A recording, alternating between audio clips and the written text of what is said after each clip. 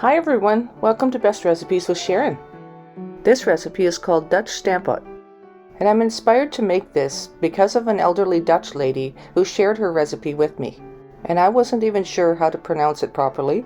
I had to say it over and over again, and she said, well, anybody that's Dutch will know what this is. So I guess that's where we start. So sorry about that if I'm not pronouncing it properly. But what I do know is that this is one tasty dish. And it's very simple, quick, and easy to make, and very nutritious too. And I'm going to start out by making enough for one person. So I'm going to use 2 small potatoes, or if you have 1 large potato, that's fine. Start by peeling your potato. And you'll need a couple of carrots or 1 large carrot. Peel that too. Now peel and chop about a half a cup of a cooking onion. None of these need to be chopped very fine because we will end up mashing them, and it won't matter anyway. But the reason for chopping them up a little bit finer is so that it'll cut back on the cooking time. And these 3 veggies make a wonderful trio together. Start by placing a couple of lumps of butter into a large pot, maybe 2 tablespoons or so. And turn your heat on high to get this started. And using a larger pot than what you need is good because then you can mash it right in the pot later. First of all, you'll add your chopped onions and saute them until they're starting to be translucent and a little bit browned. And this will only take a few minutes, but it's quite important to do this, I feel, because it adds a lot of flavor to the dish. And just take your large spoon and stir it once in a while so that the onions don't stick to the bottom. And also turn your heat down to let it just simmer a little bit. Then add your carrots. And I take the large spoon and stir it around and simmer it for a little bit so that the carrots are starting to heat through. It gives them a head start before we add the potatoes, because it may take them a little bit longer to cook than the potatoes. So after about 5 minutes or so, add the potatoes.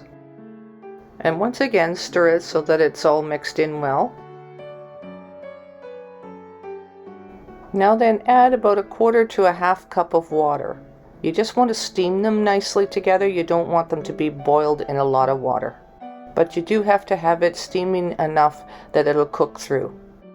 This is where you place the lid on it and let it simmer on the stove on a medium heat for probably 10-15 minutes, but you'll need to stir it once in a while as well. So now I'm sprinkling about a half a teaspoon of salt on it and about a half a teaspoon of black pepper.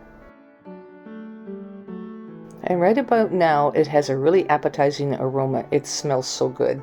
So take the large spoon and stir this in until all the salt and pepper is mixed throughout. Continue to simmer it on your medium heat until it is cooked through. You may have to add just a little bit more water if it has boiled down too much, but only a little bit at a time. And this is nearly cooked, so I'm going to put the lid on, let it steam, and I'll turn the heat off and just leave it on the element. Now apparently this dish is not complete unless you have sausage with it. So pick your favorite sausage and go for it. I chose one that was a little bit on the tasty side because I wanted to have extra flavor. So this one's garlic sausage. And I found this accentuated the dish really well. So I peeled off the outer casing and then I sliced it. And I saved some for decorating at the end. So I'm going to show you how to finish this dish off a couple of ways. That's why I've chopped some of the sausage into little smaller pieces.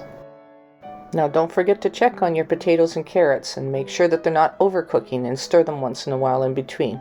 So I removed it from the heat now. So take a frying pan, put a little bit of butter in it, add your chopped sausage, and fry it up a little bit. Once we have this fried up till it's lightly browned, I'm going to show you how to put a little bit of a sauce on it. And that's simple. Just add a quarter of a cup of tomato paste.